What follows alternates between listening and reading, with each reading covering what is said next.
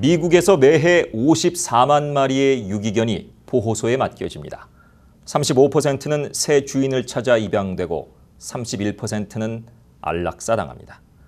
뉴스매거진의 강수연 리포터가 동물보호단체인 Anti-Cruelty Society를 방문해 유기견 현황과 입양에 대해서 알아봤습니다.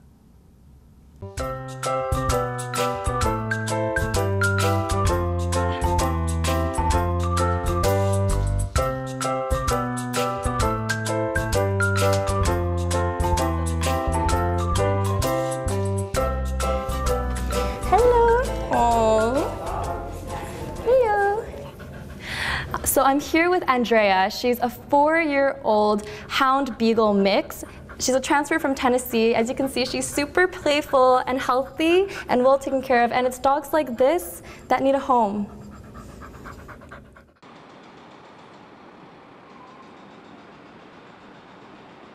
Upon my arrival at the Anti-Cruelty Society, my initial delight from seeing the beautifully designed and well-maintained facility turned somber upon meeting dog after dog, desperately seeking attention, begging for just one touch.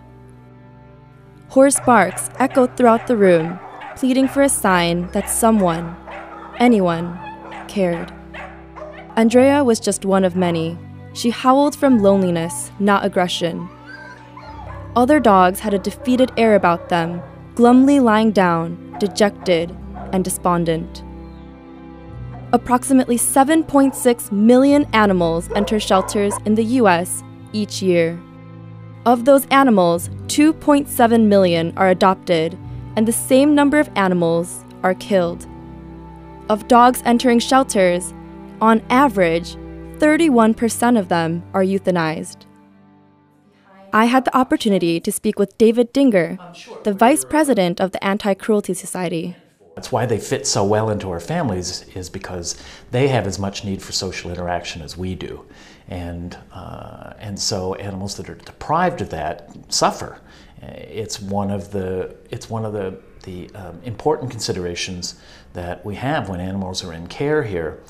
We need to keep them active and engaged. For reasons like this, among others, there is a need to take an active interest and adopt rather than purchase animals. While some shelters charge as much as $600 to adopt an animal, places like the Anti-Cruelty Society focuses on finding these pets a forever home over profit. Large-scale breeders, mostly known as puppy mills, are motivated by profit and not by animal welfare.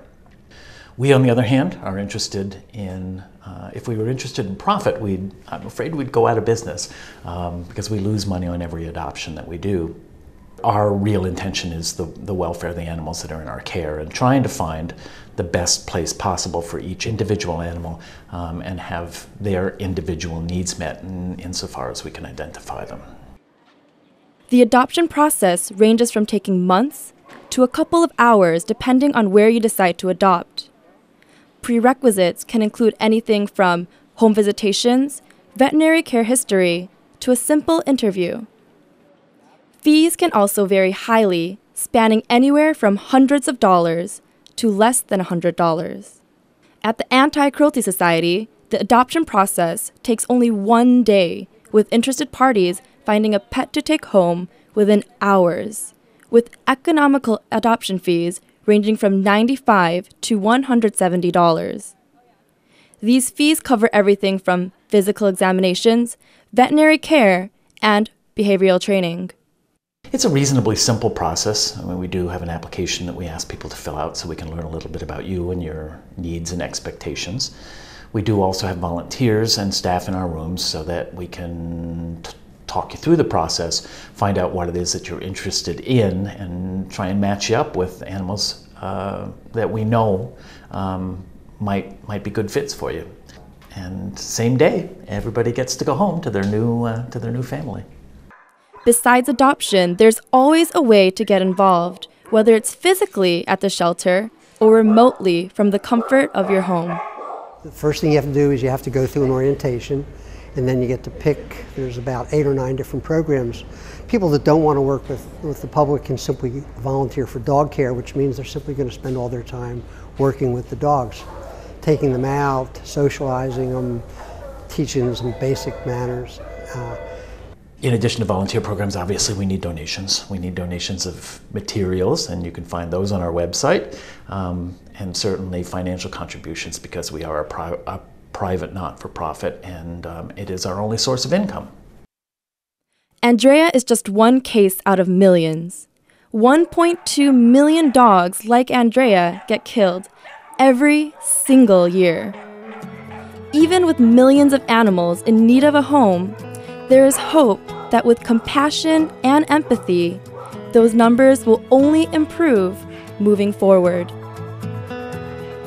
For News Magazine, this is Diane Kong.